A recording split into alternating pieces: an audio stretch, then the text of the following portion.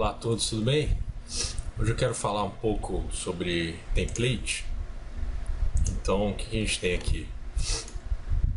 Eu utilizei o comando parcels, né, para poder transformar os limites de uma bacia, inserindo alguns conteúdos que são importantes aí para análise do nosso escoamento pluvial.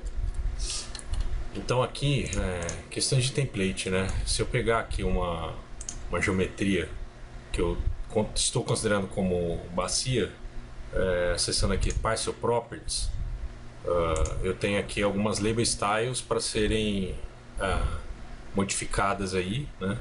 Então, para cada runoff que eu considerei aí na minha análise, né, de, enfim, área agricultável, área verde,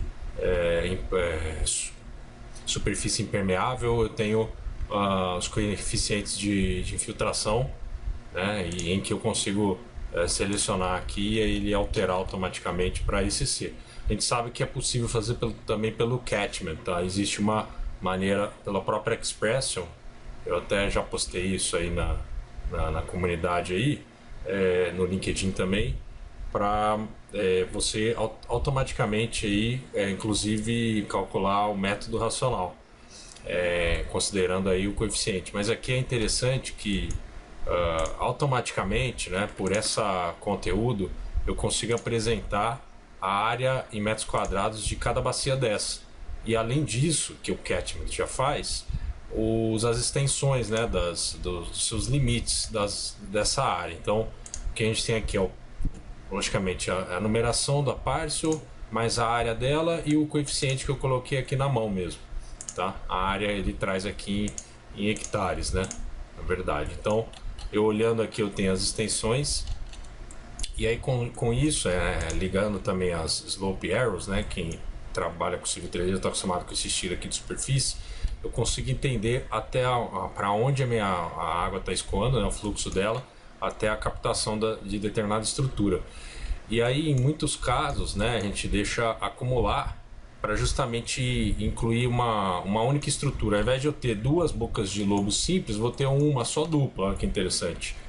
Então, por esse método aí, a gente consegue calcular, saber o comprimento do Talveg e a inclinação, já que a gente tem a superfície aqui da própria MDT aí, da superfície de terreno natural, com a terraplanagem contemplada dentro dela, né? Então, também uma coisa que vai facilitar bastante questões de configuração da template de Civil 3D os pontos altos e baixos, né? Então, com isso consigo ter a perfeita análise aí no sentido de onde a minha água está escoando e onde eu vou posicionar a minha estrutura. Então, por exemplo, aqui eu tenho o escoamento da água pluvial nesse sentido, né? Porque eu sei daqui para cá é um ponto alto, então ele vai estar escoando para esse sentido a oeste e a leste. Então, com isso eu vou ter aqui, por exemplo, uma estrutura de boca de lobo, eu vou ter o tronco principal, ó, né, tudo numa mesma rede, né, nesse projeto especificamente. Então eu estou trazendo água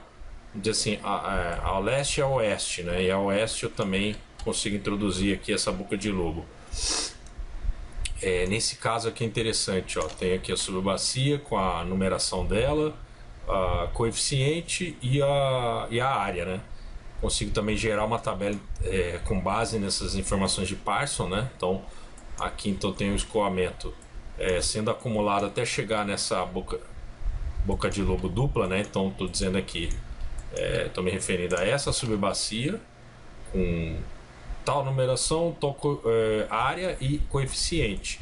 E aí eu deixo propositalmente ela acumular para eu, dentro dos cálculos aqui da minha planilha, inserir uma boca de lobo dupla, né? Ao invés de ter na divisão aqui uma simples e outra simples, assim eu consigo economizar dentro do meu projeto. Outro fator interessante aqui, muitas vezes, né, a gente precisa fazer, não tinha topografia suficiente, então muitas vezes eu preciso fazer uma análise mais ampla aí da topografia com resolução espacial menos precisa, né? Então eu deixei um arquivo aqui no esquema para vocês verem isso, ó. Tem a divisão com basicamente a delimitação da minha bacia com base nas análises que eu fiz de catchment, né? Então, e slope errors. Então, eu consigo saber que nesse trecho, basicamente, ele está levando a água para um outro local, né? E aqui eu estou trazendo a água para dentro das minhas quadras, planejamento aí urbano que a gente estava estudando, ó. Então, tudo isso aí eu consigo fazer, né, para divisão da macrobacia, e aí também incluir aqui nas, né, como se fosse uma coisa só, né, a macro mais a microbacia. Então, foi um estudo aí bem interessante que a gente fez, em que, como eu mostrei aqui tem os troncos principais, né? Deixa eu ver se eu mostro aqui, ó. Então são os troncos principais, e aí conforme o escoamento aqui no meu terreno, eu vou trazendo, fazer uma conexão, né? Então aqui ele traz para esse tronco aqui central, que vai trazer para esse tronco central. Então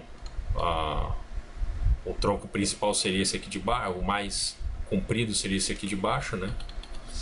E aí com muitas, como é que se diz?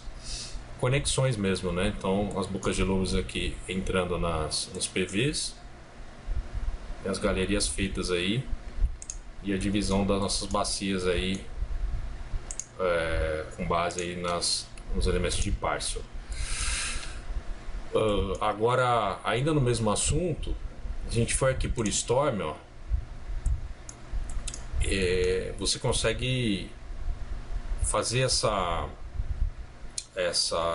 criação da subbacia aqui, né, se cada boca de lobo dessa estivesse recebendo de uma subbacia, então a gente cria uma subbacia, leva para o PV central, e aqui dentro do Storm eu consigo configurar um método que eu vou trabalhar, né? Então, de uma forma geral, a gente utiliza um tempo de concentração mínimo da água aí de 5 minutos, né?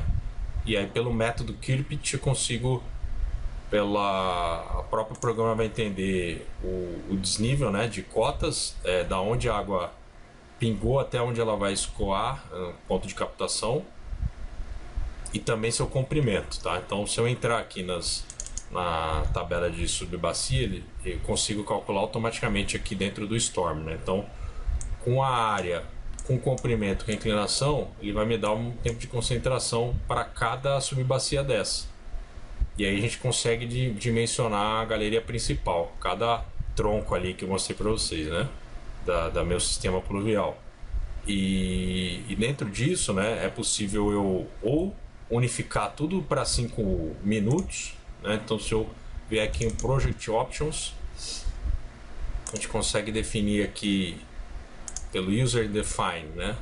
E aí dentro da tabela de subbacias, um tempo de concentração 5 minutos, igual para todos. Então a gente usa esse